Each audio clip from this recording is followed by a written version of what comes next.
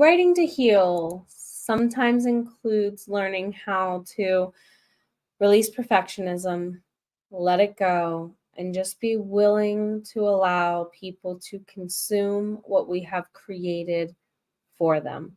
Hello, everybody. My name is Jenna O'Malley. We've got a poll going on.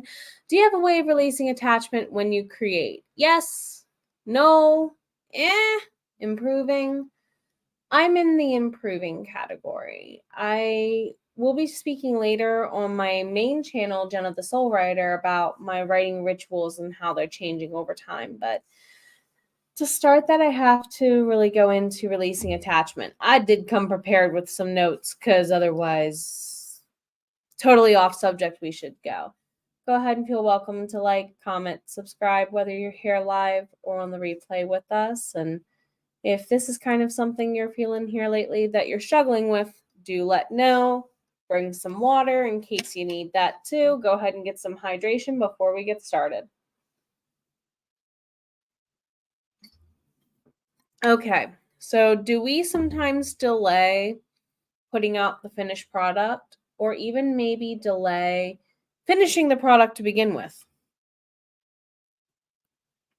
That is something I've been facing here lately with the next Kickstarter I'm doing.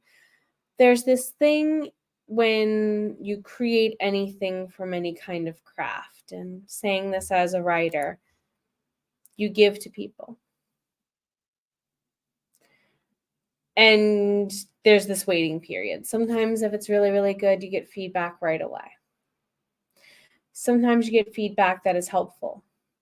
More often than not, when you're first starting out, you're given feedback that isn't helpful and fearing the isn't helpful part. We sometimes do decide to go ahead and give up before we've even truly struck out. We go beyond ourselves to look for validation when we shouldn't. Why do we go to look for permission? To be kind of, I'm taking this almost to like something a lot of us might know from elementary school, you know, who, what, when, where, why, how we do our life. We are that. We are what we do on the daily. The routines, the rituals, the habits, the food, the water, the choices, the reactions. We are who we are around. There's something I heard recently in one of my classes. I think it was with Matt Schaefer. Your personality is going to be similar and most resonant to the 5 or 6 people you spend the most time with. So if you have a boss who is super toxic, plus a mom who is super toxic, plus a dad, plus a brother, plus a cousin, and those are the people you tend to hang out the most with, you're probably going to start sounding a lot like them just because you start becoming a sounding board for your environment. Then the why.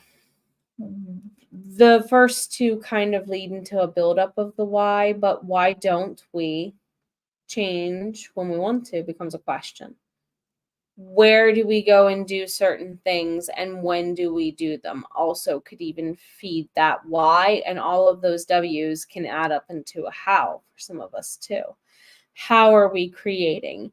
How are we making our space to create feeling sacred? For me, it often relies on having a bunch of different crystals nearby here lately.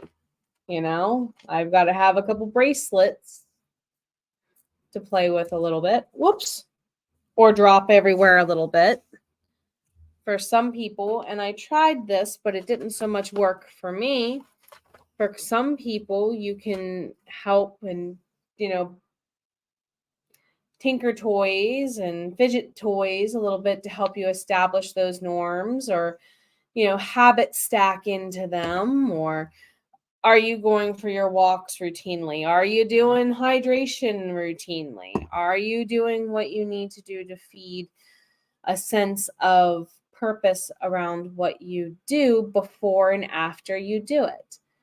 And that's something I've been calling into question lately. because it goes into mindset when you're creating your thing. Have you ever noticed that sometimes, no matter how hard you try, you keep messing up? You keep messing up. You keep messing up. What is the root cause that's making you mess up? I.e., what are you not paying attention to? What are you not listening to that you should be? This could even go into a balance if you want to get really, really in tune with Aristotle.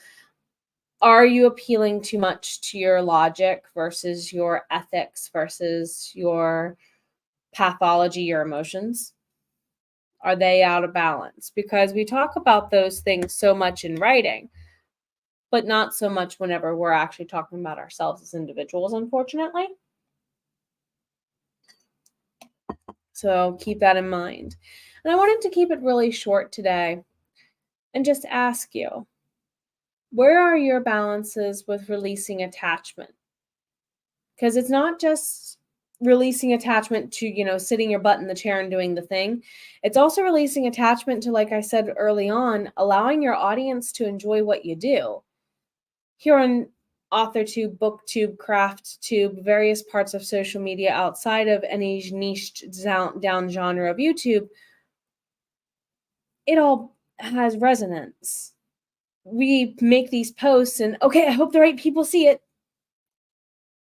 But that fear of hope in the background, I hope that people see it. Why hope when you should say, I know the correct people will see this? That's kind of the mindset I've taken on with writing the Myrna Annals here lately. The people who need to read the stories within the pages of this series most will be the ones who reach out and resonate with it, and who will go ahead and make the priority to be the person to put themselves first to do so.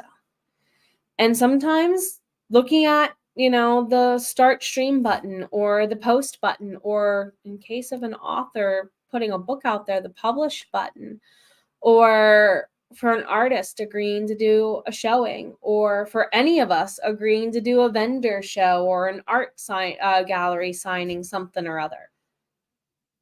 There's a sense of releasing attachment to fear and therefore to the ego, for better and worse. When you're an artist, feedback matters.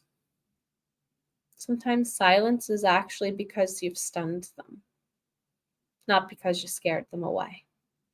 And they're waiting to see if you're going to stun and surprise and appease them again.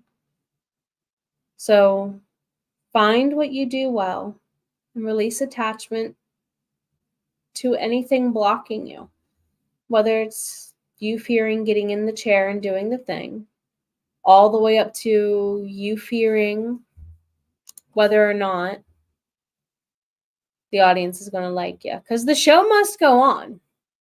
Life must go on. What are you doing to release attachment? Because what relies and rests beyond that is your joy of being, your true job, your true purpose. Create from your soul, everybody. And I hope you continue to wake up each day and remember, you've been worth it from the beginning. Bye. Take care. See you in a bit on my other channel.